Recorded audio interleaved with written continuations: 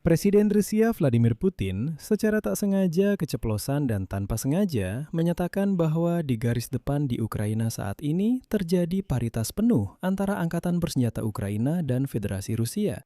Hal ini mengejutkan banyak orang karena pernyataan seperti itu jelas tidak direncanakan dan ini sebenarnya merupakan pengakuan bahwa Rusia kini setara dengan Ukraina dalam hal situasi di garis depan. Secara keseluruhan tentang garis depan, Vladimir Putin mengatakan banyak hal menarik saat berpidato di Forum Ekonomi di Sankt Petersburg. Selain itu, Vladimir Putin menanggapi secara agresif surat terbuka dari Vladimir Zelensky dengan menyatakan bahwa dia tidak melihat gunanya mengadakan pertemuan pribadi karena Rusia ingin mencapai tujuannya melalui jalur militer. Namun, Vladimir Putin juga tanpa sengaja mengungkapkan bahwa antara dirinya dan Zelensky masih ada saluran komunikasi tertentu. Seperti yang dikatakan Putin, seorang pengusaha tertentu bolak-balik antara Moskow dan Kiev untuk menyampaikan pesan. Dan hari ini, nama pengusaha tersebut sudah terungkap. Ternyata dia adalah Roman Abramovich. Nama saya Alexei Pici, mari kita bahas topik ini bersama-sama. Tapi sebelum kita mulai, saya minta kalian untuk subscribe ke channel ini, beri like, tulis komentar apa saja, dan juga follow channel Telegram saya, Pici News. Linknya ada di deskripsi video ini. Jadi di forum di Saint Petersburg, Vladimir Putin mengatakan banyak hal yang menarik. Tapi seperti biasa, semua ucapannya itu hanyalah propaganda yang sudah dipersiapkan sebelumnya. Namun di beberapa momen, Vladimir Putin tiba-tiba keceplosan. Dari hal yang tampaknya tidak berbahaya, Vladimir Putin tiba-tiba mengakui bahwa ekonomi Rusia memang benar-benar runtuh. Tapi ia langsung menambahkan bahwa keruntuhannya hanya sampai ke tingkat yang sudah lama terjadi di Eropa. Jadi menurutnya itu tidak terlalu menakutkan. Atau saat menanggapi ucapan Zelensky tentang usia diktator Rusia, Vladimir Putin berkata, dengarkan, ada presiden di dunia yang usianya lebih tua, dan menurutnya itu sama sekali bukan masalah. Namun, ada beberapa momen yang cukup mencolok. Jadi, selama sesi pleno Forum Ekonomi Internasional Sankt Petersburg, Vladimir Putin mengadakan semacam komunikasi langsung yang seolah-olah nyata dengan para hadirin, dengan mengundang perwakilan dari Amerika Serikat dan Eropa untuk berbicara. Yang pertama mendapat kesempatan berbicara adalah Kepala Komisi Seni Rupa Amerika Serikat, Rodney Mims. Dia menyampaikan salam dari Presiden Amerika Donald Trump dan memuji Moskow serta Sankt Petersburg. Tidak ada yang istimewa. Kemudian, anggota Parlemen Eropa dari Rumania, Diana Iovanovic-Cicake, yang mewakili partai sayap kanan ekstrim SOS Rumania, memberikan pidato. Dia menyatakan bahwa pencapaian Vladimir Putin harus menjadi pelajaran bagi seluruh Uni Eropa dan seterusnya. Saya hanya ingin mengingatkan bahwa di negara asalnya, Cicake sedang menghadapi ancaman. Kasus pidana telah dibuka berdasarkan 11 pasal, termasuk penyangkalan Holocaust dan memuliakan penjahat perang. Dan yang ketiga, yang disebut sebagai perwakilan Barat, adalah mantan Menteri Luar Negeri Austria, Karin Kneissel. Itu adalah orang yang pernah berdansa dengan Vladimir Putin di pernikahannya, ingat? Setelah itu, dia mendapatkan kursi di Dewan Direksi Rosneft. Lalu pada tahun 2022, dia benar-benar pindah untuk tinggal di Rusia. Dan di sini terjadi sesuatu yang aneh, karena pidato Vladimir Putin jelas tidak berjalan sesuai rencana. Kneissel tidak hanya memuji Vladimir Putin di sana, tapi tiba-tiba dia bertanya kepada Putin tentang drone dan realitas baru di garis depan.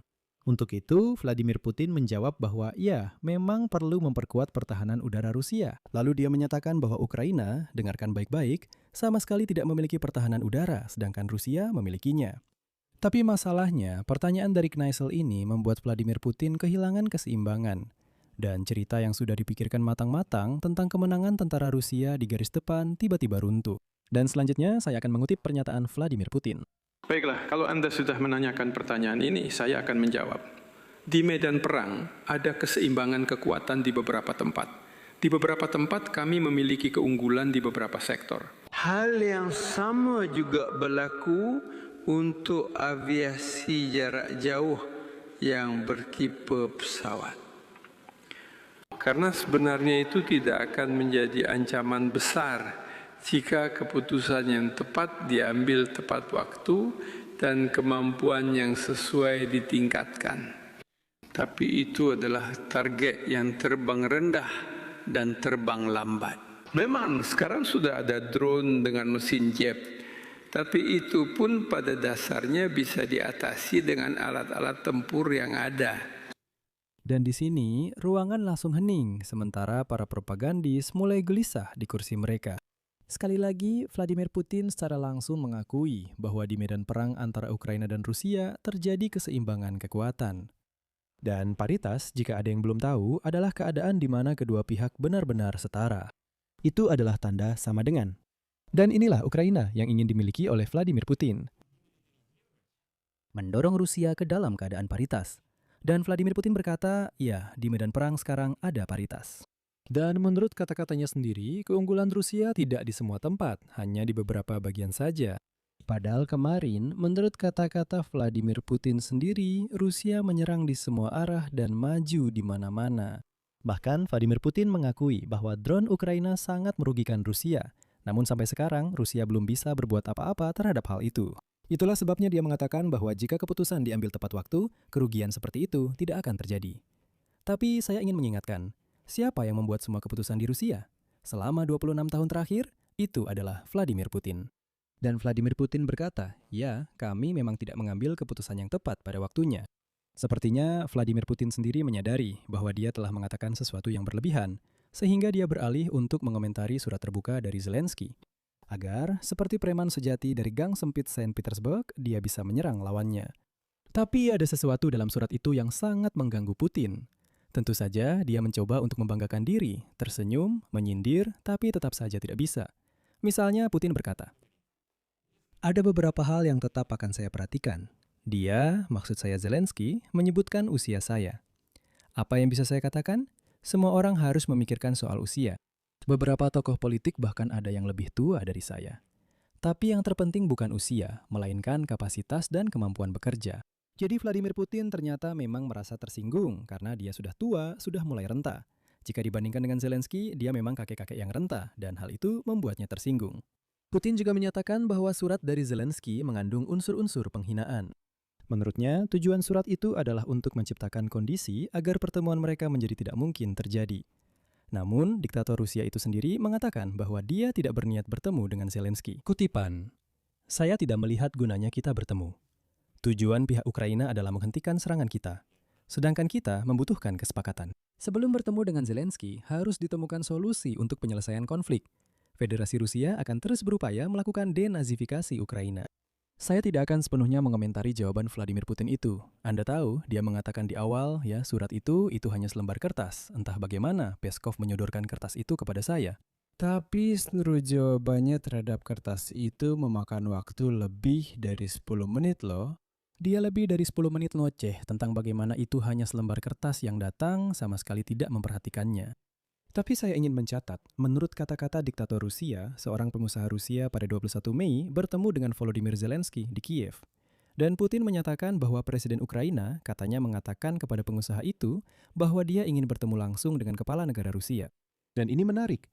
Hari ini, anggota parlemen Ukraina Oleksiy Honcharenko menyatakan bahwa menurut informasinya, pengusaha Rusia Roman Abramovich bertemu dengan Presiden Ukraina Zelensky di Kiev tepat pada 21 Mei.